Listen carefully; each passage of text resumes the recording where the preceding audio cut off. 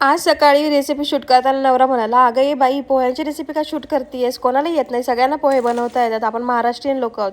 म्हटलं, "अहो येतात, पण कित्येक लोकांचे कडक होतात, वातड होतात, नाहीतर अगदी लगदा होतो." तर म्हटलं, "माझी रेसिपी तुमच्याबरोबर शेअर करते, मऊ लुसलुशीत पोह्यांची."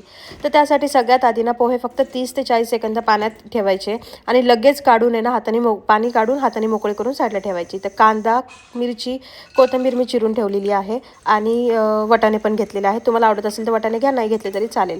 आता गॅसवरती ठेवूया कढई. तेल टाकायचं. तेल थोडंसं जास्तच घ्या. शेंगदाणे आधी तळून घ्यायचे खरपूस. नंतर त्याच तेलामध्ये जिरे, मोहरी आणि कढीपत्ता घालायचा. कढीपत्ता असं तडतडला ना की मगच घालायचं लांब लांब चिरलेले मिरच्या थोड्या लांब ठेवा, कारण मुलांना मग काढून खायला सोपं पडतं. त्यानंतर घालायचा चिरलेला कांदा थोडा जास्त घालायचा, त्याने पोहे आहे ना जास्त वेळ मऊ राहतात. लगेच हळद घालायची आणि नंतर मग मस्तपैकी याला परतून घ्यायचं. थोडंसं कांदा मऊ पडला की लगेच घालायचे पोहे. त्यानंतर मीठ आणि साखर नक्की घाला, खूप छान लागतात. आणि त्यानंतर टाकायची कोथिंबीर आणि ह्याला हलक्या हाताने मिक्स करून घ्यायचं आणि एक वाफ काढून घ्यायची झाकण ठेवून. एक वाफ काढली ना तरी बास होतात पोहे, लगेच वाफतात. त्यानंतर एक वाफ काढल्यानंतर वरनं टाकायचं लिंबू, मस्त हाताने मिक्स करायचं आणि दुसरी वाफ काढून घ्यायची. तुमचे पोहे तयार आहेत खाण्यासाठी. आणि आता सबस्क्राईब करा, फुकट आहे सबस्क्राईब करण्यासाठी, करा.